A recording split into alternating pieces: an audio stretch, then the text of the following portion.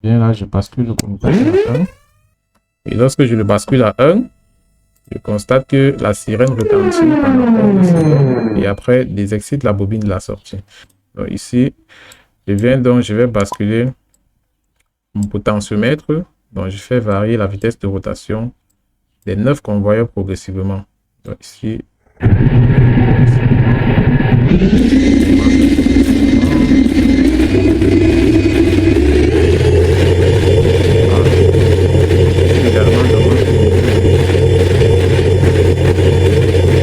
la vanne évidemment, je ne peux pas appuyer maintenant parce que la vanne est déjà activée. C'est pour ça. Donc voilà notre petit tutoriel sur la commande analogique des actionneurs avec Factory IO. Ces actionneurs sont commandés à partir des potentiomètres. Donc c'est un projet qui est assez classique et qui est basique parce qu'on n'a pas encore commencé la vraie commande analogique. Parce que dans les vraies commandes analogiques, il y a même des calculs qui se font en amont avant même le bloc move. Le bloc move est là juste pour la fin, pour envoyer l'information finale vers l'actionneur. Salut à tous, aujourd'hui on va s'amuser avec la commande des variables analogiques sur Factory.io à partir d'un potentiomètre. Donc cela fera l'objet de l'étude de certains blocs de pilotage des grandeurs analogiques dans Portal. Donc ici on va commencer par faire le dessin sur Factory.io, du moins le schéma du système automatisé. Donc on va venir, on ouvre Factory.io. Une fois que Factory.io est ouvert, on va cliquer sur nouveau projet. Ensuite la première étape, on vient sur enregistrer, save as. Et puis, on va aller au bureau. On va nommer notre projet commande analogique. Commande analogique des actionneurs à partir d'un potentiomètre.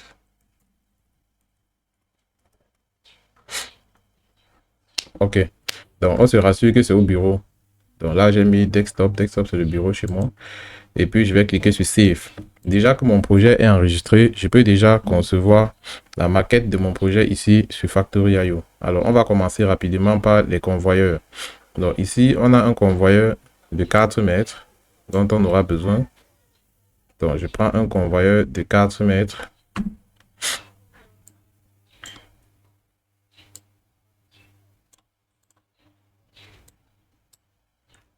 Ensuite, je prends un convoyeur de 6 mètres. Ce sont les convoyeurs à tapis. Il y a plusieurs types de convoyeurs. Il y a les convoyeurs à tapis, les convoyeurs à rouleau. Donc, ce sont les convoyeurs à tapis que j'ai pris. Ici, à l'extrémité, je vais prendre un convoyeur avec rayon de courbure. Et lorsque vous prenez un convoyeur avec rayon de courbure, il faut toujours regarder le sens des flèches. C'est pareil avec les autres types de convoyeurs. Parce que c'est le sens des flèches qui indique le sens du déplacement du tapis. Donc ici, j'ai les flèches qui sont pointées dans ce sens-ci. Donc je suis certain que la pièce qui va passer comme ceci ne sera pas bloquée par le sens de déplacement de ce convoyeur. Sinon, il va créer une contre-force opposée à celle qui vient là. Donc ici, je vais donc ajouter un convoyeur de 6 mètres. Donc j'active la rotation.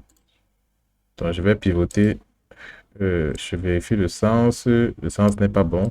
Donc je vais pivoter ça. Et puis je constate que la flèche est perchée vers ce côté. Donc je peux donc coller le convoyeur de 6 mètres avec le convoyeur avec rayon de courbure. OK. Et je vérifie l'alignement. C'est bien fait. Donc je vais donc continuer avec un convoyeur avec rayon de courbure également. Donc ici, je prends un convoyeur avec rayon de courbure. J'active la rotation. Et puis je viens simplement le joindre comme ceci. OK. Donc là maintenant, je vais encore ajouter un convoyeur de 6 mètres. J'active la rotation. Et là, je viens l'aligner comme ceci. OK. Maintenant, il me reste un convoyeur de 4 mètres ici.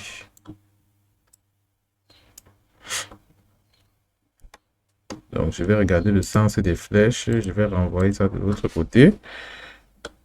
Et puis, lorsqu'on affiche le rouge, ça veut dire qu'il y a un objet qui est venu couper un autre élément en fait. Donc, c'est généralement comme ça. Donc, je vais simplement l'aligner. Et puis, c'est bon. Maintenant, ici au bout, je vais mettre un convoyeur avec rayon de courbure.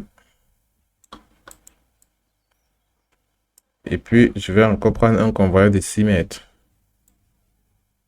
Donc, j'active la rotation. Ok, je viens maintenant le joindre là. Voilà, je crois que j'ai créé un cycle fermé. Donc, ici, je peux y mettre mes pièces et ici, je peux les extraire. Donc, ici, j'aurai un émetteur de pièces. Je vais prendre un émetteur de pièces ici en haut. Émetteur, je le positionne ici. Donc, je vais d'abord activer une translation verticale. Donc, ici, je fais le clic droit, je passe sur Vertical Trans et j'essaie de faire lever légèrement la pièce. Ensuite, je décale avec le clic gauche de la souris dans le sens de l'horizontale et j'active à nouveau une translation verticale pour le déposer sur le tapis. Donc ici, je vais essayer de le positionner à l'extrémité. Voilà, je crois que c'est déjà fait. Maintenant, ici, pour l'extraction des pièces, je vais d'abord mettre un convoyeur à chute. Donc ici, je vais prendre un convoyeur à chute. J'active la translation verticale. Je le positionne d'abord au sol et j'essaie de le roter pour qu'il puisse bien accueillir les pièces. Voilà. Maintenant que c'est fait, je vais donc prendre un extracteur de pièces, remover ou exit.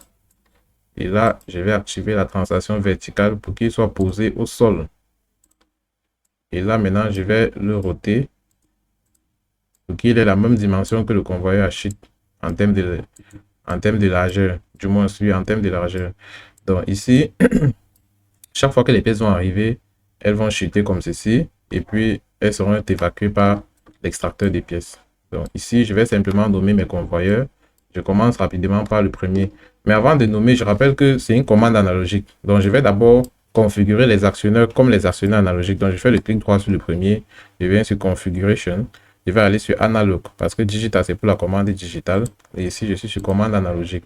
Donc ici, je fais la même chose. Je fais le clic droit, je pars, je configure ça analogue. Donc je vais le faire sur tous les convoyeurs. Donc, puisque ce sont les actionneurs actuels que je suis en train de commander, je fais le clic droit, je pars sur analogue. Je viens également ici, je fais le clic droit déjà configuré. Je viens ici, je fais le clic droit analogue. Je viens ici, je fais le clic droit, je mets sur analogue.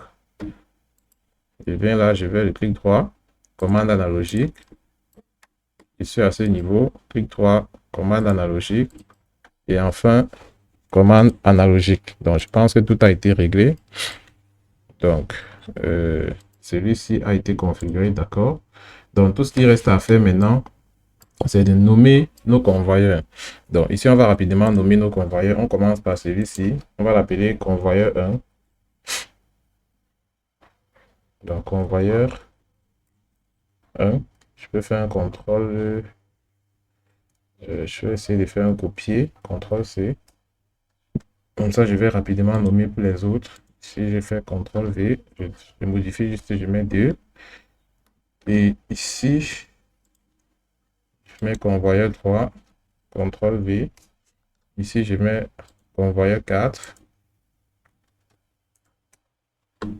Alors ici, je vais mettre convoyeur 5. Donc, j'ai au total 9 convoyeurs. Ici, je suis à convoyeur 6. Et là, je suis à convoyeur 7.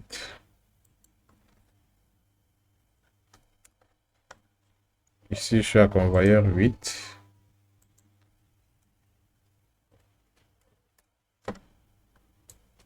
Et enfin, le dernier, convoyeur 9.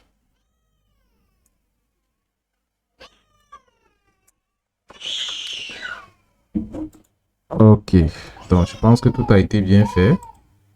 On va maintenant ajouter d'autres actionneurs qu'on va piloter.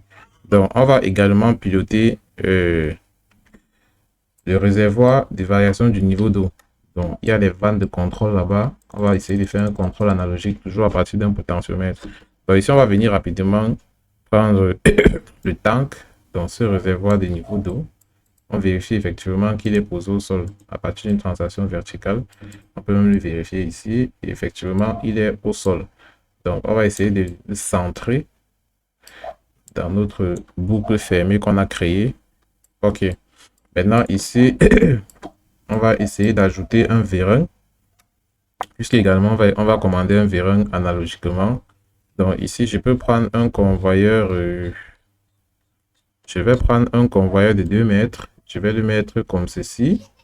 Et je vais essayer de mettre un vérin au-dessus. Donc, le convoyeur, si je ne vais pas le commander, je le considère comme un support pour mon vérin. Donc, j'efface le texte qui est écrit là-bas. Et ici, je vais prendre un vérin. Donc, ici, le vérin s'appelle pusher.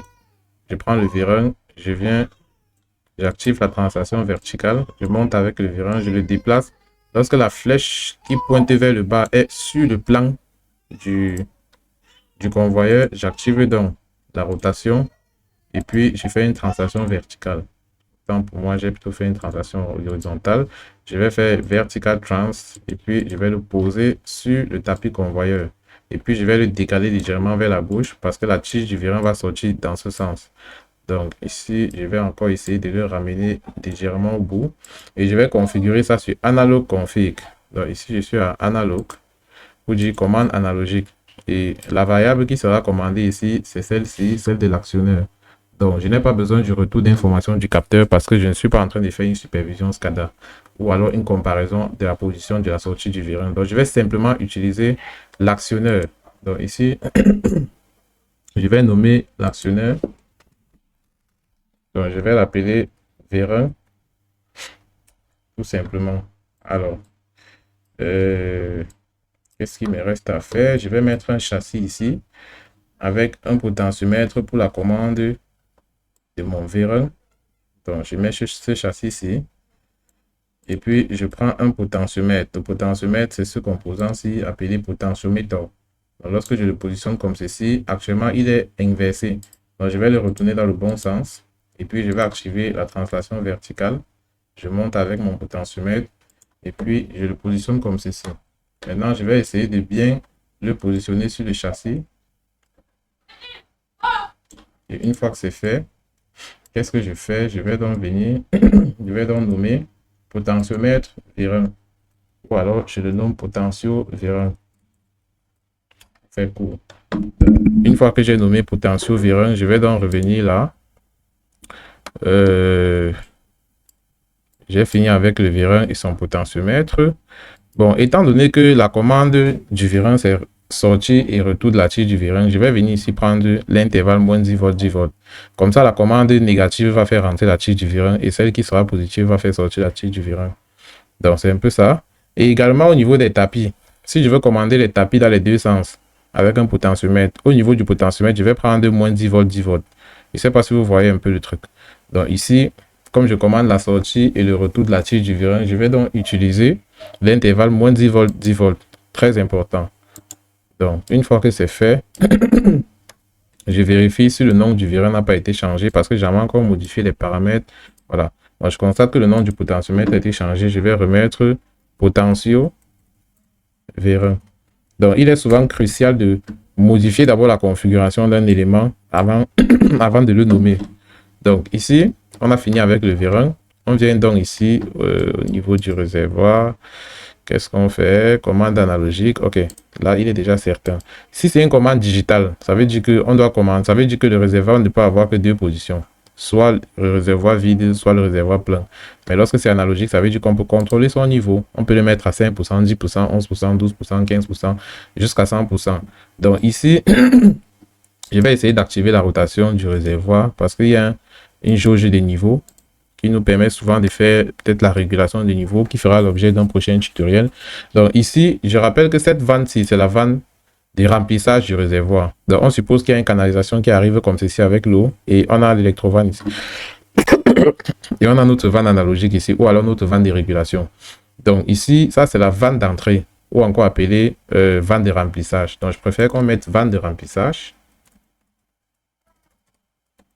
De remplissage et celui-ci nous permet simplement d'observer le niveau d'eau. Donc on va appeler ça niveau d'eau.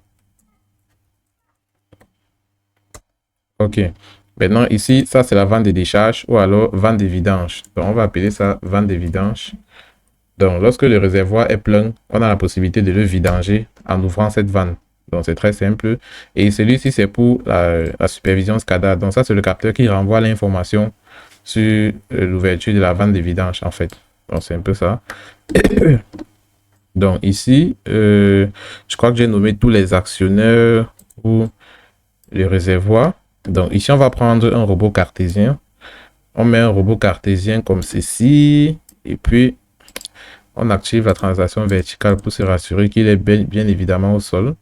Et on fait le clic droit dessus. On vérifie la configuration s'il est bel et bien analogique. Parce que s'il n'est pas en analogique, si on essaye de le commander analogiquement, il va toujours fonctionner comme un tout ou rien. Donc, soit une sortie totale, soit un retour total. Or, lorsque la commande est analogique, on contrôle la position du déplacement de la sortie, du moins de l'actionneur en fait. Donc, ici, je vais activer une simple rotation comme ceci. Et là, maintenant, je vais nommer mes variables. Donc, ici, nous savons tous que le premier, c'est un actionnaire pour la translation suivant X. Donc, je vais appeler ça translaté suivant X. Translaté suivant X. Donc, ça, c'est l'action. En bas, c'est le capteur. Donc, ici, je n'utilise pas les capteurs. Je suis juste en train de commander avec un potentiomètre. Et ici, ça, c'est rotation dans le sens direct. Mais comme la rotation dans le sens direct n'est pas une variable analogique, donc on considère que ce robot cartésien fait une rotation dans le sens direct et indirect, comment dirais-je, sous forme d'action tout ou rien. Donc, soit une rotation totale, soit un retour total en fait. Donc, c'est un peu ça. Cette rotation ne se commande pas analogiquement. Donc, c'est pareil ici avec la rotation dans le sens indirect. Donc, on ne va pas commander la rotation, on va juste commander la translation suivant X et la translation suivant Y. Donc, lorsqu'une variable peut être commandée analogiquement, lorsque vous cliquez dessus, on vous affiche plutôt les barres ici. Donc, de telle sorte que vous pouvez varier la valeur en fait. Mais lorsque c'est digital, vous voyez plutôt ce point d'exclamation vert. Donc, c'est un peu ça. Et ici, j'ai également une translation suivant Z que je peux commander analogiquement. Donc, ici, j'aurai translaté suivant Z. Donc là, j'ai translaté suivant Z. OK. Et ici, là, vous voyez grab. Lorsque vous touchez un actionnaire qui s'affiche en bleu, ça veut dire qu'il peut être commandé analogiquement. Lorsqu'il s'affiche en vert, ça veut dire que la commande ne peut se faire que digitalement. Et également, partout où c'est affiché en vert. Donc, on va juste commander la descente et la translation suivant X analogiquement ici, à partir d'un potentiomètre. Donc, on va même mettre un pupitre de commande ici, avec le bouton. Donc, on place un pupitre de commande comme ceci. Chaque pupitre a besoin d'un châssis sur lequel il va se reposer. Donc, ici, je prends le pupitre de commande, j'active la rotation. Et je rappelle que Factory.io n'est pas difficile à utiliser. Il faut simplement s'habituer pour positionner, du moins pour pouvoir positionner les éléments sans problème. Parce que je me rends compte qu'il y a des gens qui ont des soucis à positionner les composants ici, notamment les étudiants que j'ai l'habitude de former. Donc ici, on va simplement prendre un potentiomètre et on va venir là, on fait une translation verticale. Donc, lorsqu'on veut faire une translation verticale, si vous cliquez, ça ne donne pas, vous essayez de faire un zoom. Donc ici, on roule d'abord pour bien voir le composant. Ensuite, on fait le clic droit et on passe sur Vertical Trans. On monte avec l'objet. Et là, maintenant, on va essayer de le déplacer horizontalement jusqu'à ce qu'il touche le pupitre de commande. Et lorsqu'il touche, vous devez ressentir ça. Donc, il y a un petit blocus de peut-être 1 ou 2 secondes. Et c'est là que vous saurez que les deux pièces sont en contact. Donc, ici, j'aurai potentiomètre pour la translation suivant X. Donc, pot trans bar X. Donc, ça, c'est une abréviation. Je fais comme ceci. OK. Potentiomètre pour la translation suivant X. Donc, je vais également mettre un potentiomètre pour la translation suivant Z. Donc, le raccourci, c'est de ne pas revenir ici, prendre un autre potentiomètre pour essayer de le positionner sur le pupitre. Vous faites tout simplement un clic droit ici et vous partez sur Duplicate. Ou alors vous faites un CTRL-C, CTRL-V. Donc, lorsque vous faites un clic droit, vous partez sur Duplicate, il vous recopie le même élément juste à côté et vous bougez le clic gauche de la souris pour le positionner, comme je l'ai fait. Et puis, chaque fois, il faut vérifier si effectivement tous les boutons de commande sont bien placés sur le pupitre de commande. Donc, ici, j'aurai potentiomètre de translation suivant Z. Donc, c'est une abréviation. Et j'ai mes deux potentiomètres ici qui vont me permettre de commander cet actionneur-ci. Donc, ici, je vais donc venir créer un autre pupitre de commande pour les autres variables.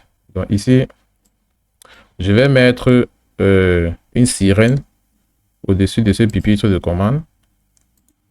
Donc, ici, je vais mettre une sirène. Voilà. Et je vous ai montré comment on fait pour positionner un objet sur un plan. Donc, lorsque vous déplacez l'objet horizontalement, il y a une flèche qui est généralement pointée vers le bas. Lorsque cette flèche est pointée sur le plan de l'objet, vous vous arrêtez et vous faites simplement une translation verticale pour déposer l'objet sur le plan en question. Donc, ici, j'ai ma sirène. Je vais cliquer dessus et je vais venir ici modifier le nom. Je mets sirène et puis je valide. Maintenant, je vais activer la rotation de la sirène de façon à ce que la sirène puisse regarder vers moi. Donc, c'est un peu ça. Maintenant, pour faire court, je vais tout simplement faire la copie de ce pupitre de commande, CTRL-C, et je vais venir coller cela ici, CTRL-V. Et tout ce qui me reste à faire, c'est d'ajouter mes potentiomètres qui vont également commander les autres actionneurs. Donc, ce pupitre de commande contient les potentiomètres qui vont commander uniquement le robot cartésien. Donc, ici, je vais mettre les potentiomètres qui vont commander tous les convoyeurs et également les potentiomètres qui vont commander le réservoir des variations du niveau d'eau. Ici, j'ai déjà un potentiomètre pour commander mon vérin. Donc, je n'ai plus besoin de le mettre ici au niveau de mon pupitre de commande. Donc, cette sirène-ci, je l'ai déjà là-bas de l'autre côté. Je vais plutôt mettre un gyrophare de ce côté pour la signalisation de mise en marche du système. Donc ici, je vais faire un clic droit, je fais une translation verticale et je déplace ça horizontalement comme ceci jusqu'à ce que je me rassure qu'il est bel et bien au-dessus du pupitre de commande et je vais venir ici nommer gyrophare. Et puis je vais valider. Maintenant, au niveau de mes potentiomètres, je vais appeler ceci potentiomètre convoyeur. Donc, le potentiomètre qui fait varier la vitesse de tous les convoyeurs au même moment. Donc, ici, j'utilise un seul potentiomètre pour faire varier la vitesse de tous les convoyeurs. Et je vais vous expliquer ça lors de la programmation sur Chia Portal. Donc, il faut rester attentif tout au long de la vidéo pour bien comprendre la chose en fait, parce qu'il y en a qui ne maîtrisent pas la commande analogique. Donc, ici, j'ai un potentiomètre pour l'ouverture de la vanne de remplissage. Et je rappelle que lorsque vous voyez les écritures en bleu comme ici, ça veut dire que cette variable a été forcée. Donc, j'espère que vous voyez bien. Chaque fois que vous voyez une écriture en bleu, ça veut dire que la variable a été forcée. Donc, il faut relâcher la variable pour pouvoir la commander à partir d'un programme. Donc, ici, je vais mettre potentiomètre vanne de remplissage et je vais également mettre un potentiomètre pour la vanne de vidange. Donc, ici, je mets pot. Pot, c'est l'abréviation du potentiomètre. Pot vanne de remplissage. Pot vanne remplissage.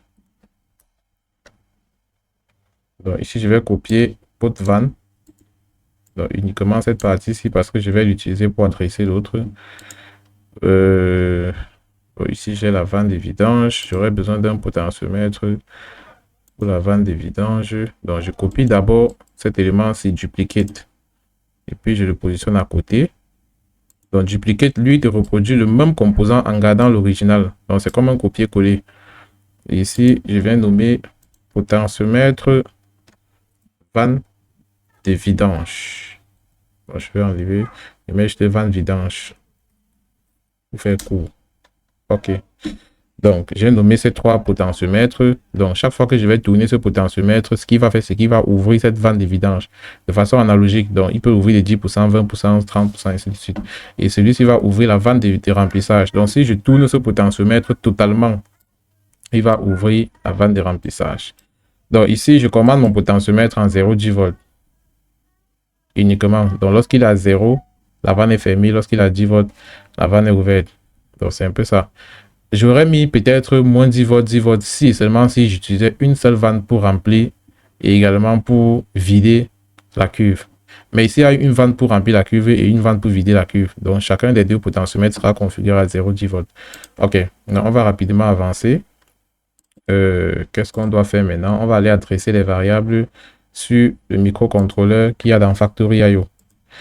Donc ici, on va aller sur File, après on va aller sur Driver, et puis on va essayer d'adresser nos variables. Donc ici, on va venir sur Driver, on va choisir Siemens S7 PLC Sim. Donc ici, il faut prendre en compte le nombre de variables analogiques qu'on a. Donc on a déjà 9 convoyeurs qu'on va gérer. On se rend compte que les variables analogiques qu'on a ici ne peuvent pas suffire. Et je rappelle que la commande que je vais faire dans Tia Portal, c'est avec les variables de type int. Donc les variables de type int, ce sont les entrées analogiques IW et les sorties analogiques QW. Donc la première étape qu'il faut faire, c'est venir sur configuration et changer les dword, parce que les dword sont les dint et les word sont les int. Donc ici, je vais passer de dword à word. Quand on dit un dword, ça veut dire que l'entrée c'est un pourcentage ID et la sortie c'est un pourcentage QD. Mais un word, les entrées sont un pourcentage IW et les sorties sont un pourcentage QW. Donc ici, j'augmente mon nombre d'entrées sorties pour les words. Donc ici, je vais mettre par exemple 10 entrées analogiques et ici, je vais mettre 20 sorties analogiques. Donc lorsque vous voyez word output, ici au niveau de count, c'est ici qu'on configure le nombre de sorties. Maintenant, ici, on te dit que par port, donc si tu as un port par exemple de 30, tu ne peux avoir qu'au maximum 17 sorties analogiques. Donc ici, je vais mettre par exemple 10 pour en avoir plus. Et également ici, je vais mettre 10. Donc c'est pour éviter que ça me limite mon nombre d'entrées sorties que je veux configurer. Donc ici, je peux mettre 20 et puis je valide, ça va prendre. Maintenant, je reviens ici, je vois donc que la structure a changé. Mais comme je n'ai pas assez de variables d'entrée-sortie digitale, je vais donc réduire ces variables. Je reviens ici, tout ce qui est à 16 là, je vais mettre tout ça à 2 par exemple. Ici, je mets également à 2. Et je reviens donc ici. Je constate donc que mon microcontrôleur a bel et bien été configuré comme je voulais. Donc, qu'est-ce qu'il faut faire maintenant? Je vais donc déclarer mes variables d'entrée-sortie. Donc ici, je vais mettre un commutateur pour la marche de mon système. Donc je vais revenir ici, je vais prendre un commutateur. Je prends par exemple ce module qu'on appelle Selector. C'est Selector qui est le commutateur ici dans Factory.io. Donc ici, j'active un plus. Je fais une translation horizontale pour le positionner sur le pupitre de commande. Mais je me rends compte qu'il a la même hauteur que les autres boutons qui s'y trouvent déjà. Donc je vais essayer de le positionner légèrement vers le bas. Donc je fais Vertical Trans. Et ensuite, je fais une translation horizontale pour bien le positionner. Ok. Donc, je peux donc pivoter pour voir s'il est effectivement couché sur le pupitre et c'est bien fait. Donc, je vais donc nommer commutateur et je nomme uniquement là où le state est à 1 parce que la position de repos n'est pas importante. Donc, ici, je mets commutateur on. Commutateur on. Donc, tant que le commutateur n'est pas à 1, tous les autres outils de commande ne fonctionneront pas d'après le code que j'aurai écrit. Donc ici, je viens donc dans File, je viens dans Driver. Je vais essayer d'adresser mes variables. Donc je prends ici, je mets commutateur on. Ensuite, je vais mettre potentiomètre pour le convoyeur. Donc ici, j'ai un potentiomètre pour tous les convoyeurs. Ici, je le mets à IW10. Et lorsque vous adressez une variable, comme ici c'est bleu et marron là, ça va directement se transformer en bleu sur les broches du microcontrôleur. Donc c'est une façon de faire la différence entre une broche qui est déjà adressée et une broche qui ne l'est pas encore. Donc après le potentiomètre du convoyeur, ici j'ai potentiomètre pour la vanne de remplissage, ensuite potentiomètre pour la vanne de vidange, ensuite potentiomètre pour le vérin, ensuite j'ai le niveau d'eau de ma cuve. Ce niveau d'eau, je suis supposé le comparer pendant le programme, mais je vais le restreindre parce que justement, ce n'est pas l'objectif de ce tutoriel. Je le ferai dans un autre tutoriel. Donc, on va quand même l'adresser, bien qu'on ne va pas l'utiliser. Ici, j'ai un potentiomètre pour la translation suivant X et un potentiomètre pour la translation suivant Z. Alors, je vais essayer de positionner comme ceci. Et au niveau des actionneurs, donc c'est-à-dire les sorties de ce microcontrôleur, j'ai premièrement la sirène. Donc ici, je vais mettre une sirène. Ensuite, je vais mettre un gyrophare. Ok, là, j'ai fini avec les sorties digitales. Je commence avec les sorties analogiques. Donc, je vais positionner les 9 convoyeurs. Donc, ici, j'ai le premier. Ici, j'ai le deuxième. Ici, j'ai le troisième. Le quatrième. Le cinquième. Le sixième. Le septième. Le huitième. Et enfin, le 9e convoyeur. Ensuite, j'ai la vente de remplissage. Donc, ici, je prends vente de remplissage, je positionne. Vente de vidange, je positionne. Et après, j'ai le vérin. Et après cela, j'ai translation suivant X, translaté suivant X autant pour moi. Et translaté suivant Z. Ok, donc voilà toutes les variables que j'ai. Et je ne peux pas encore connecter parce que je n'ai pas encore lancé Chia Portal. Donc on connecte généralement lorsque Chia Portal est déjà ouvert et qu'on a importé le template qui permet de faire le pont entre Chia Portal et Factory.io et que PLC Sim également est en mode run. Donc ici, je vais simplement enregistrer ce que j'ai déjà fait et je vais me rediriger tout droit vers Chia Portal pour essayer de peaufiner le code. Donc je vais réduire la fenêtre, je vais venir dans Chia Portal. Donc je vais fermer PLC Sim. Lorsque vous fermez Chia Portal, il faut toujours fermer PLC Sim pour éviter les duplications. Donc ici, je vais venir, j'ouvre Chia Portal. Donc j'ai Chia Portal V16, je double-clique dessus et je vais un peu patienter le temps que cela s'ouvre. Ok, une fois que Chia Portal est ouvert, la première étape c'est d'aller importer le template. Donc vous allez cliquer sur parcourir. Ensuite, vous allez aller chercher le dossier du template de Factory.io que vous avez téléchargé dans le site. Donc ici, j'ai Factory.io template. J'ai jumelé les deux dans un seul dossier. Donc j'ai le template du 1200 et j'ai également le template du 1500. Ici, je vais choisir le template du S7200 V15 V16. Je vais double-cliquer dessus et je vais patienter que ça s'ouvre. Donc une fois que le template est ouvert, la prochaine étape, c'est de venir rapidement sur la vue du projet. Donc on va cliquer sur vue du projet. Et puis, on va patienter que le projet s'ouvre. Donc, une fois qu'on a importé le template, on va donc remarquer que ici, j'ai PLC1, CPU 1215, ACDC relais. C'est parce que justement, le précédent projet que j'avais fait avec le template, j'avais modifié le type de CPU. Donc, chaque fois qu'on travaille, le template, en fait, il mémorise le dernier CPU qu'on avait utilisé. Donc, c'est un peu ça. Donc, on va rapidement ouvrir le bloc de programme. Et on va essayer d'effacer l'ancien code qui était présent avant de commencer à programmer le nôtre. Ok, donc j'efface rapidement ce réseau 2. Et également, je viens au niveau des variables. J'efface les anciennes variables qui avaient été déclarées pour le projet précédent. Donc ici, je vais faire CTRL A et je clique sur supprimer sur la touche de clavier. Et la première étape, c'est de déclarer mes variables pour mon nouveau projet. Donc ici, je vais cliquer sur insérer une nouvelle table de variables. Donc ici, j'ai inséré deux tables de variables. Cela me permettra de déclarer toutes mes variables d'entrée-sortie. Donc ici, je commence par les variables d'entrée. Donc ici, je nomme cette table-ci entrée. Je vais modifier le nom, je vais mettre entrée. Ça, c'est pour être plus ordonné, pour qu'on puisse savoir que cette table de variables, c'est la table des entrées et l'autre, la table des sorties. Plutôt que de les mélanger toutes dans une seule table de variables, ça sera un peu trop touffu pour la compréhension du programme.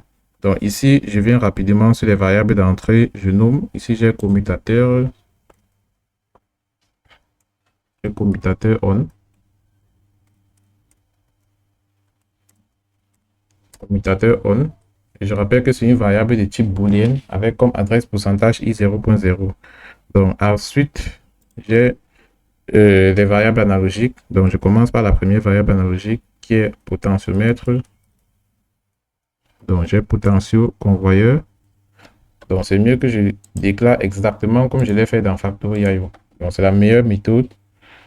Donc, ici, je vais venir au niveau de Factory.io. Je vais rapidement filmer. Je vais rapidement filmer ce microcontrôleur avec toutes ses entrées et ses sorties. Et je vais aller reproduire exactement la même chose dans Chia Portal. Donc ici j'ai pot convoyeur. Donc ça, c'est le potentiomètre de tous les convoyeurs. Puis je valide. Ensuite, j'ai pot vente de remplissage.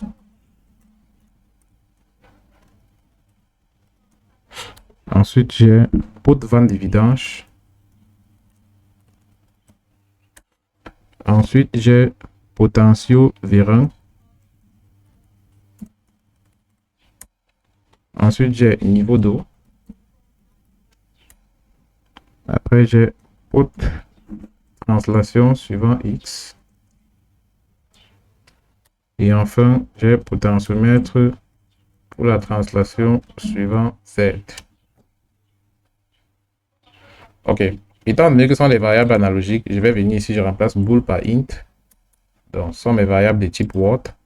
Ici également, je vais remplacer... bon, je vais d'abord faire la recopie ici. En faisant la recopie, toutes les autres variables vont hériter des paramètres du premier en fait. Donc, tous vont passer à int. Et ici, je modifie le premier avant de faire la recopie. Donc, ici, l'adresse c'est pourcentage IW10, d'après ce que j'ai dans Factorio.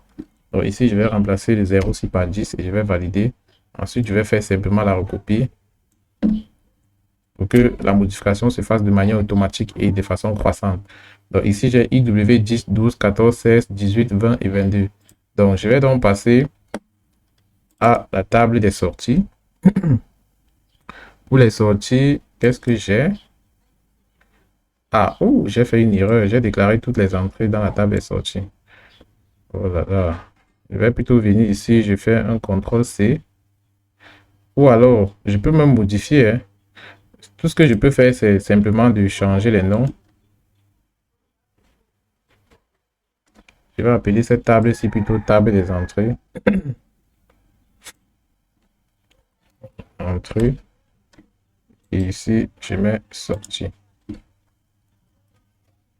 OK. Maintenant, ici, je peux revenir, j'arrange entrée, je mets S, puisque c'est plusieurs entrées.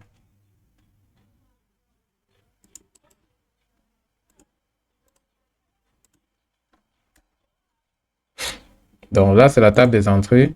Et ici, j'ai la table des sorties. Donc pour les sorties, qu'est-ce que j'ai? J'ai la sirène. Ensuite, j'ai le gyrophare. Ensuite, j'ai 9 convoyeurs. Donc ici, je commence par convoyeur 1. Et lorsque je fais convoyeur 1, tout ce que j'ai à faire, c'est faire la recopie pour le reste. Donc je vais mettre int ici d'abord pour le type de données. Et ici, la nomenclature QW10, sortie analogique 10. Et après, je vais tout simplement faire la recopie. Donc, je fais la recopie de cette variable-ci et je compte 9 cases en dessous. 8 cases en dessous, autant pour moi. Donc, j'ai 1, 2, 3, 4, 5, 6, 7 et 8. Donc, j'aurai au total 9 convoyeurs. Donc, toutes les 9 convoyeurs se sont déclarés de manière automatique jusqu'à QW26. Ensuite, je vais ajouter les autres variables de sortie analogique, notamment la vanne de remplissage. Ensuite, la vanne de vidange. Ensuite, j'ai le vérin. Ensuite, j'ai translaté suivant X. Translaté suivant X. Ici, j'ai translaté suivant Z.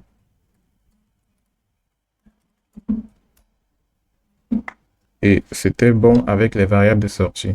Donc, les variables de sortie vont de pourcentage Q0.0 jusqu'à pourcentage QW36. Donc, ici, je remplace I0.1 là par Q0.0. Ici, je mets Q. Et ici, la partie décimale de l'adressage, je mets ça à 0. Je fais la recopie pour adresser le deuxième de façon automatique. Ici. OK. Donc, la deuxième étape, je viens dans le main OB1. Et avant de commencer à programmer, j'enregistre d'abord mon projet. Je pars dans projet, enregistrer sous. Je pars au bureau, je nomme ça tutoriel. Commande analogique des actionneurs avec un potentiomètre.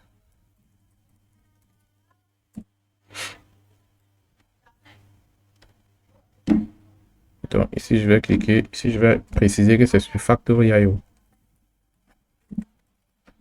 Et puis, je vais cliquer sur enregistrer.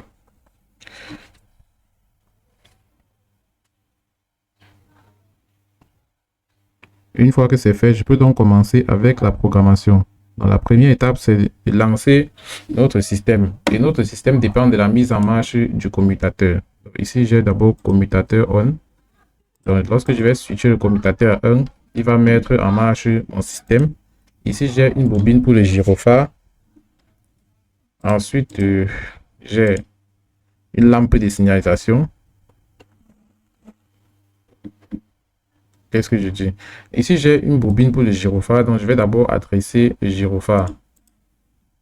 Ensuite, je vais prendre un contact auxiliaire d'une bobine pour que le pilotage des autres actions dépende du contact auxiliaire de cette bobine. Donc, je vais l'appeler KM1. Et puis, je vais faire le clic droit. Cette variable, je l'adresse de façon anodine. Donc, ici, je viens sur section. Je mets ça à Global Memory. Je ne la mélange pas avec les variables d'entrée-sortie. Donc, je mets sur Standard Variable et je clique sur Définir. Alors, ici, étant donné que j'ai une sirène, je vais décider que la sirène va retentir pendant 11 secondes lorsque je vais basculer le commutateur à on pour alerter, du moins pour rassurer les gens qu'on vient de mettre le système en marche, en fait. Donc, pour le faire, il faut utiliser un timer TP. La particularité du timer TP, c'est que je vais d'abord nommer tempo sirène. Donc, la temporisation pour la sirène.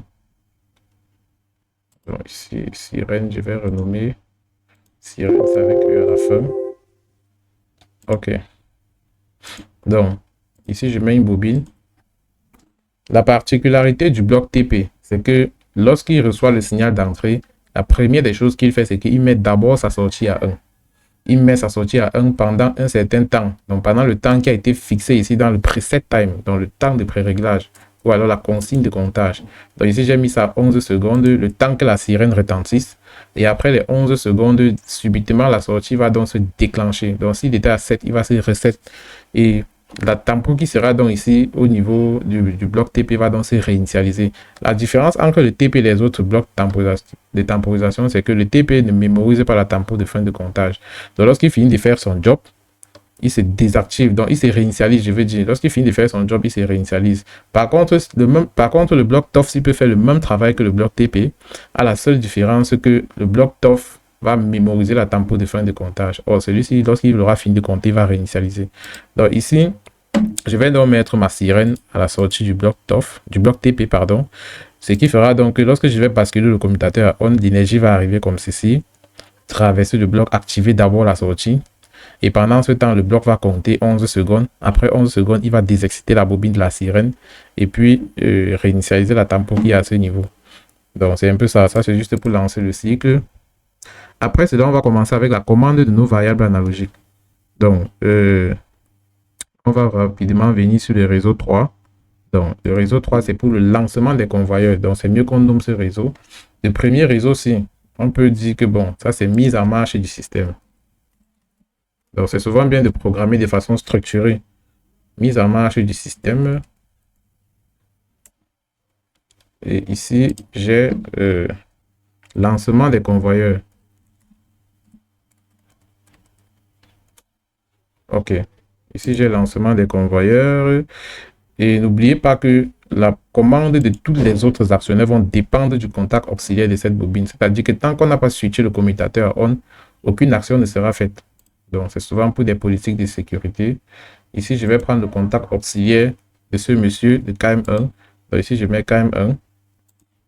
Ensuite, je vais prendre, donc, comme la commande se fait maintenant analogiquement, on va prendre un bloc move.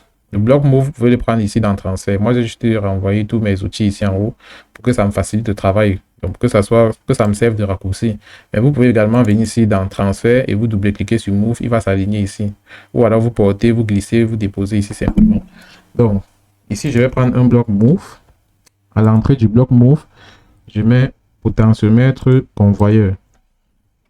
Donc, lorsque je mets le potentiomètre du convoyeur à l'entrée du bloc move, chaque fois que je vais tourner le potentiomètre, toutes les valeurs qui seront générées, qui seront mappées, parce que lorsqu'on tourne un potentiomètre, en réalité, on est en train de le mapper. Donc, toutes les valeurs qui seront mappées ici vont immédiatement se reproduire au niveau de la sortie. Donc, si je mappe par exemple 10 ici à l'entrée, le 10 là va se renvoyer ici à la sortie pour commander l'actionneur. Donc, ici, mon premier actionneur, c'est le convoyeur 1. Donc, vous voyez que ici, dès que je vais mapper le potentiomètre, subitement, le convoyeur va commencer à se mettre en marche en fonction de la vitesse du mapping. Donc, les deux sont synchronisés en fait. Et j'ai déjà expliqué que le bloc fonction move fonctionne comme une bascule D. Donc, c'est une bascule à recopier qui se trouve à l'intérieur. Toutes les valeurs qui sont à l'entrée sont recopiées au niveau de la sortie pour commander les variables analogiques. Donc, ici, je vais tout simplement ouvrir une branche pour commander les autres variables analogiques. Et toutes ces variables dépendent de la mise en marche du contact auxiliaire, du moins de l'alimentation du contact auxiliaire de la bobine KM1. Donc ici, qu'est-ce que je vais faire? Je vais prendre également un bloc move. Et ce bloc move en entrée va toujours prendre en compte le potentiomètre du convoyeur. Donc j'aurai 9 blocs comme ceci. Et c'est juste les sorties qui vont changer. Donc on va rapidement faire cela ensemble. Donc j'ai 9 blocs. Le premier met en marche le convoyeur 1. Le deuxième fait varier la vitesse du convoyeur 2, ainsi de suite jusqu'au convoyeur 9. Donc tout ce que j'ai à faire, c'est faire juste des copier-coller. Je copie le premier, je colle ici et je modifie tout simplement la sortie. Donc ici, j'ai convoyeur 3. Ensuite, je suis ici, je modifie la sortie, convoyeur 4. Ensuite, je viens là, je modifie la sortie, convoyeur 5. Ensuite, je viens là, je modifie la sortie, convoyeur 6. Convoyeur 7. Convoyeur 8. Et enfin, convoyeur 9. Donc, vous voyez que tous ces convoyeurs ont comme grandeur d'entrée potentiomètre convoyeur. Donc, c'est un peu ça. Lorsque je veux tourner un seul potentiomètre, il va piloter 9 actionneurs au même moment. Donc, ça, c'est en fait l'explication de cette ligne de code ici. Donc, on va rapidement passer à la programmation des autres actionneurs. Donc, ayant fini avec les 9 convoyeurs, on a d'autres actionneurs ici comme la vanne de remplissage. Donc, la commande de la vanne se fait de façon analogique. Et on a également la vanne de vidange, on a le virun, on a les transactions suivant X et suivant Y pour les robots cartésiens. Donc ici, je préfère qu'on le fasse sur un autre réseau. Donc on prend toujours le contact auxiliaire. Donc ici, on a mis commande lancement des convoyeurs. D'accord, c'est bon. Ici, on met donc commande des autres actionneurs. OK. Donc ici, je prends toujours le contact auxiliaire de la bobine KM1. Et ici, je prends le bloc fonction move. Lorsque je prends le bloc fonction move, je vais commander la vanne de remplissage. Et il y a un potentiomètre pour ça qui s'appelle pot vanne remplissage. Je le mets à l'entrée du bloc move. Et à la sortie, je mets l'action, donc qui est vanne de remplissage. Et je vais simplement faire la même chose pour toutes les autres actions. Donc ici, j'ouvre simplement les branches, je fais des copier-coller. Copier et je colle ici. Ici, je mets le potentiomètre de la vanne de vidange. Donc ici, j'ai potentiomètre vanne de vidange. Et ici, je mets la vanne de vidange proprement dite. Et ici, je commande donc le virun. Donc, potentiomètre virun. Ici, j'ai potentiomètre virun. Et la sortie, c'est virun lui-même. Donc, après ça, j'ai la commande suivant X.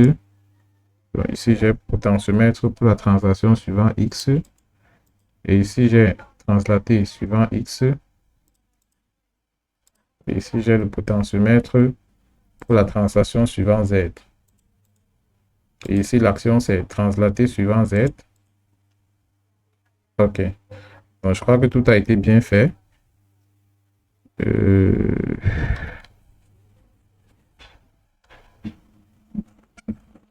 Donc, on va effacer. Je rappelle qu'il y a des moments où vous programmez, vous oubliez d'effacer la double flèche des branches si vous avez ouvert. Je rappelle que si vous n'effacez pas ça, lors du chargement du code dans l'automate, ça va détecter ça comme une erreur. Parce que l'automate voit que vous avez ouvert une branche et vous n'avez rien programmé là-bas. Il faut toujours prendre soin d'effacer cela.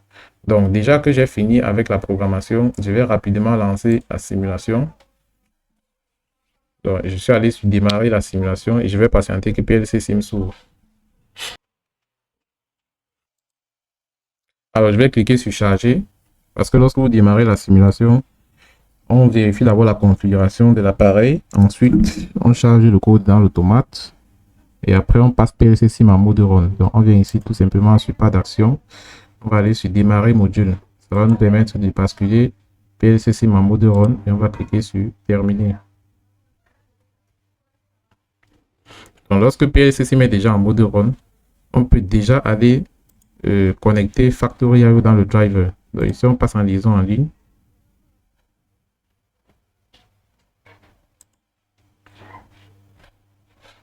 La liaison en ligne étant établie, on vérifie tous ces voyants s'ils doivent être verts et ensuite on vient activer ou désactiver la visualisation du programme. Donc ça nous permet de voir les contacts qui sont actifs, les contacts qui ne sont pas actifs et tout ça. Donc c'est juste pour surveiller la simulation. Donc ici je vais venir dans Factory.io et je vais aller sur configuration, je vérifie effectivement si j'ai le même modèle d'automate que j'ai là-bas, c'est le 1200. Donc je peux venir cliquer sur connecter en toute aisance et je vérifie ce checkbox vert. C'est lui qui me rassure que la connexion avait bien été établie. Donc, ce que je peux faire maintenant, c'est cliquer ici sur démarrer la simulation. Bon, je constate ici que j'ai des châssis sur mes différents convoyeurs. Je vais les modifier tout à l'heure.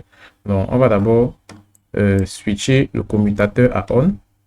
Donc, pour éviter toute cette carapace avec les entrées-sorties qui sont en train de nous perturber, on peut tout simplement venir ici les décocher pour éviter la saturation. Donc, ce qu'on va donc faire, c'est venir ici, on bascule, on va switcher le commutateur à on et la sirène se met en marche. Donc ça, c'est la première étape du code. C'est ceci. Le commutateur à on, après 11 secondes, la sirène se désexcite et la sirène ne va plus retentir. Donc la sirène aurait retenti si la tempo était plus grande que cela. Donc c'est un peu ça. Ici, qu'est-ce que je vais faire? Je reviens ici. Étant donné que j'ai switché mon commutateur à on et que cette bobine s'est excitée, on est certain que son contact auxiliaire est déjà à on. Donc tous les blocs sont déjà alimentés. Tout ce qui me reste à faire, c'est de faire varier les grandeurs d'entrée pour piloter les grandeurs de sortie analogique. Donc je viens ici. Première étape, je vais tourner le potentiomètre qui permet de lancer tous les convoyeurs. Donc je zoome bien dessus pour qu'on voie ensemble. Et puis je vais tourner, je clique sur ça. Je tourne et on voit bien comment la vitesse est en train d'augmenter. Donc vous voyez qu'avec ce châssis, c'est un peu compliqué. Donc je vais tout simplement venir ici, j'arrête la simulation et je viens sur base à émettre. Je désactive tous les châssis. Donc tout ce dont j'ai besoin ici, là, c'est, je vais prendre par exemple un palletizing box et je vais désactiver tout le reste. Donc c'est un peu ça. Je reviens donc ici. Je relance ma simulation.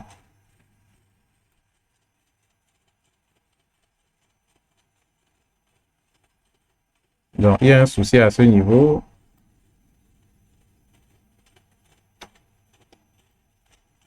Aïe, aïe, aïe, il y a un souci à ce niveau.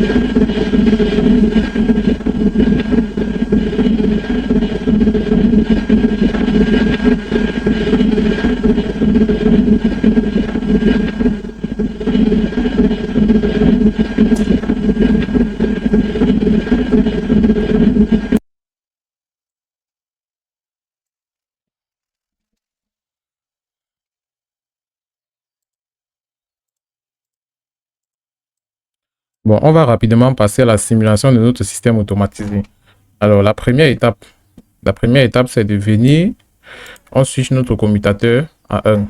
Donc, on va passer le commutateur à on, on bascule, et notre sirène va retentir pendant 11 secondes. Voilà, on a envoyé l'alerte que le système de production est en marche. Donc ici, qu'est-ce que je vais faire? Je vais essayer de commander la vitesse des 9 convoyeurs au même moment. Donc, lorsque je vais commencer à tourner le potentiomètre, le tapis va directement commencer à tourner, mais avec une faible vitesse en fonction de la taille du mapping. Donc ici, j'ai mappé légèrement et vous allez constater que tous les tapis sont déjà en train de tourner. Donc là, j'ai les premiers, deuxième, troisième. Constatez même le tapis avait rien de bien en train de tourner. Je bien l'observer. Donc, je vais légèrement augmenter la vitesse du tapis, toujours en mappant ce potentiomètre. Donc, ici, je vais venir là, je vais essayer de tourner encore. Je vais encore augmenter la vitesse. peux augmenter encore, augmenter jusqu'au max. Vous allez voir que les cartons sont en train d'aller avec une vitesse presque exponentielle. Donc c'est ça la variation de la vitesse d'un tapis convoyeur à partir d'un potentiomètre. Donc ici j'ai mon extracteur de pièces. Lorsque les pièces font un cycle, les pièces sont évacuées ici au niveau de l'extracteur de pièces. Donc c'est un peu ça. Et également je peux venir, je réduis encore la vitesse de rotation des 9 convoyeurs. Puisque j'ai un seul potentiomètre que je mappe pour faire varier la vitesse de 9 convoyeurs simultanément. Donc ici je réduis légèrement la vitesse.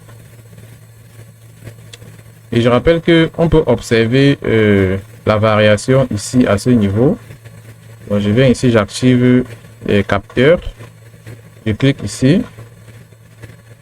Le texte qui est devant le potentiomètre me permettra de voir la taille de la variation du potentiomètre. Donc ici, lorsque je varie, ça me montre les valeurs ici. Je suis ici à 7,8 parce que c'est une variation 0,10 volts. Donc la valeur maximale c'est 10. Donc ici, je peux revenir même à 0 et tous les tapis vont s'arrêter. Donc ça dépend. En fait, c'est le move que j'ai mis dans Chiapotala qui gère tout ça, vu que c'est configuré à partir d'une bascule D. Donc c'est-à-dire une bascule à recoupler. Ici, je vais revenir, je vais augmenter la vitesse légèrement et je vais caler cette vitesse à 4,2 volts.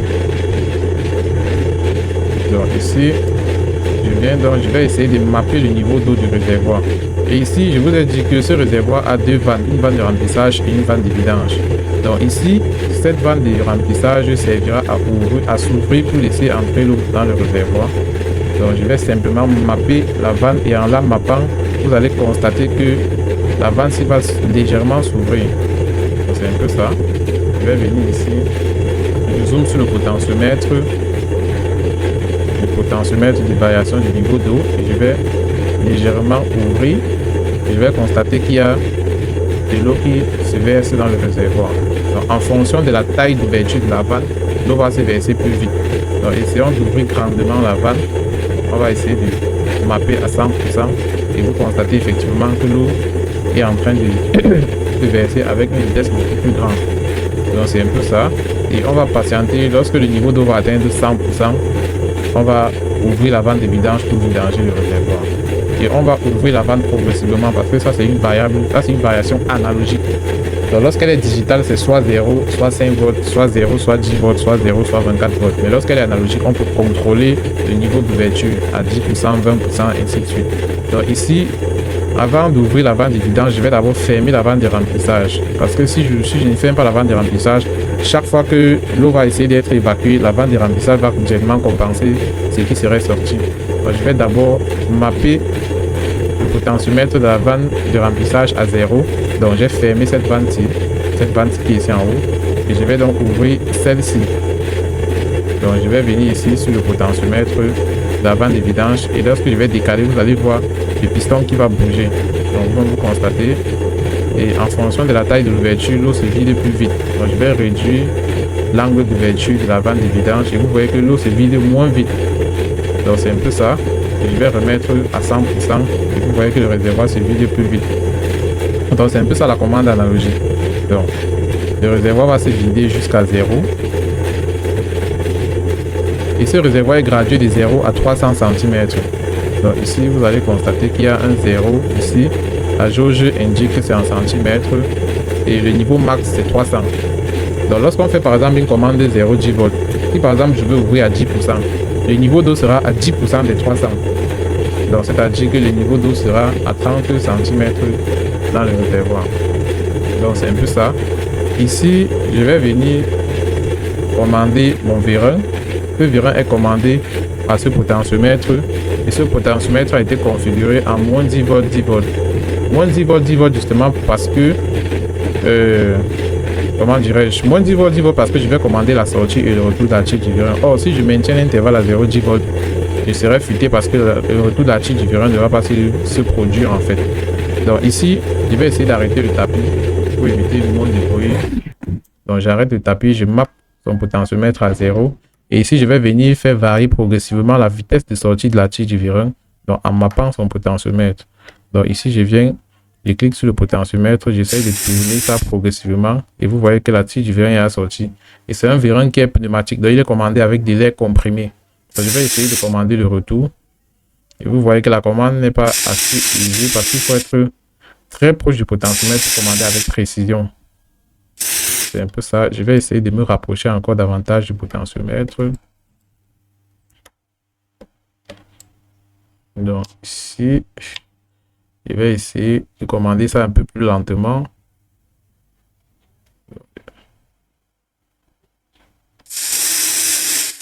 Donc, vous voyez que étant plus proche, je peux commander ça un peu plus lentement. Donc ça sent la commande analogique en fait. Donc c'est un peu ça. C'est bien différent d'une commande tout ou rien. Donc, on peut bien commander la position de sortie de la piste du terrain progressivement à partir d'un potentiomètre. Donc c'est un peu ça. On va rapidement venir au niveau du robot cartésien. On teste les potentiomètres de commande de translation suivant X et de translation suivant Z, donc horizontale et verticale. On commence par la translation suivant X. Donc la translation suivant X va me permettre de déplacer horizontalement le robot cartésien. Donc je vais essayer de tourner légèrement le potentiomètre et vous allez voir que la vitesse progresse doucement en fonction de la façon dont je suis en train de mapper le bouton. Bon, je suis en train d'avancer lentement. C'est la raison pour laquelle vous voyez le robot cartésien sort avec une vitesse modérée. Donc, je peux également faire rentrer rapidement ou faire sortir rapidement, faire rentrer lentement également. Donc, c'est ça qu'on appelle la commande analogique. On contrôle la position. Donc, c'est un peu ça. Je reviens donc ici. Je vais essayer de mapper la translation suivant Z, le robot cartésien. Donc, lorsque je tourne le potentiomètre progressivement, il essaye de descendre. Et lorsque je le fais rentrer à 0, il essaye de remonter progressivement en fonction de la façon dont je suis en train de mapper le potentiomètre. Je peux aussi le faire sortir rapidement de 0 à 10 volts, de 10 volts à 0. Donc, c'est un peu ça la commande analogique. On contrôle la taille de l'ouverture. Donc, c'est un peu ça. Donc, voilà grosso modo la commande analogique des actionneurs sur Factory.io. Je l'ai fait avec les potentiomètres pour qu'ensemble on puisse voir comment cela fonctionne. Dorénavant, nous allons le faire tout simplement à partir d'un code sur Chia Portal, sans toutefois passer par la commande analogique, notamment même par un graph-set. On peut sortir un graph-set pour la commande du niveau d'eau de ce réservoir. Tout comme on peut aussi sortir un graph-set pour la commande de la vitesse de rotation d'un tapis ici, c'est-à-dire la vitesse par palier. Et c'est ce qui fera normalement l'objet de notre prochain tutoriel. Donc on va revenir, on essaie encore de lancer les convoyeurs. Donc, on démarre progressivement. Vous voyez que la vitesse, c'est un peu comme la variation de la vitesse d'un moteur. Sauf que ici, le moteur est déjà couplé à un réducteur de vitesse et également pour la transmission du convoyeur. Donc je suis en train de faire varier la vitesse progressivement. Et il est en train de faire convoyer les cartons. Donc ici, je viens aussi de faire varier l'angle d'ouverture de la vanne de remplissage. C'est un peu ça.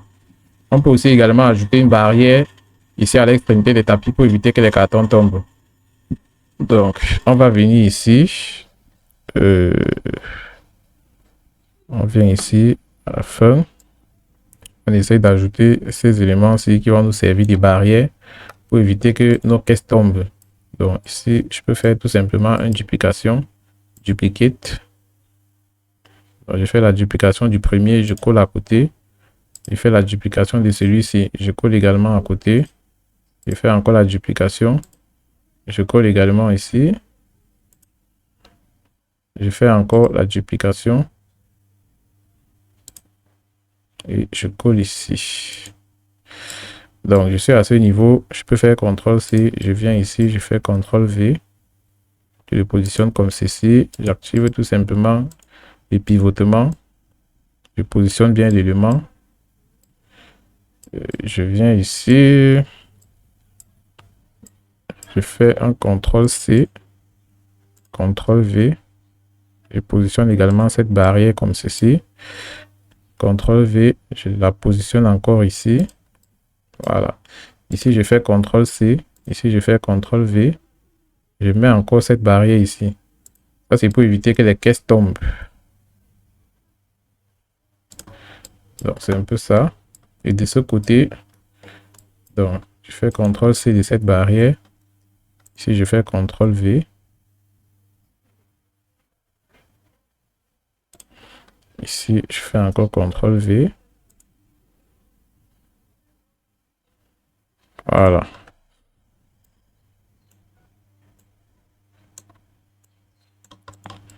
Donc voilà un peu notre système un peu plus soft. Je dirais un peu plus soft. Je peux mettre également cette barrière ici. Voilà. Le pupitre de commande, je peux même le déplacer comme ceci. Je le renvoie un peu ici devant. Je mets une autre barrière ici.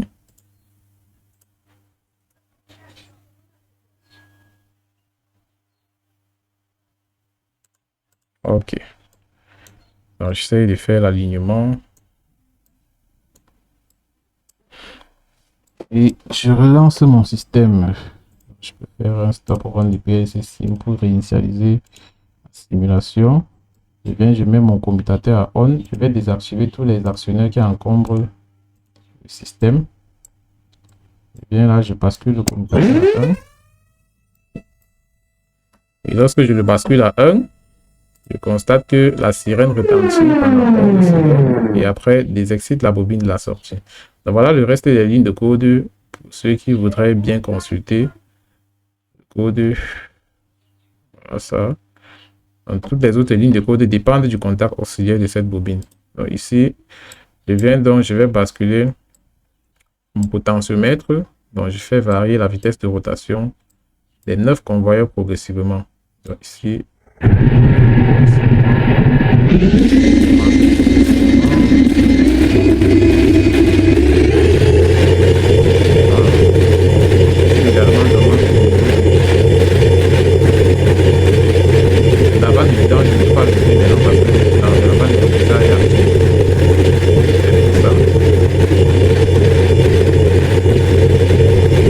notre petit tutoriel sur la commande analogique des actionneurs avec Factory IO.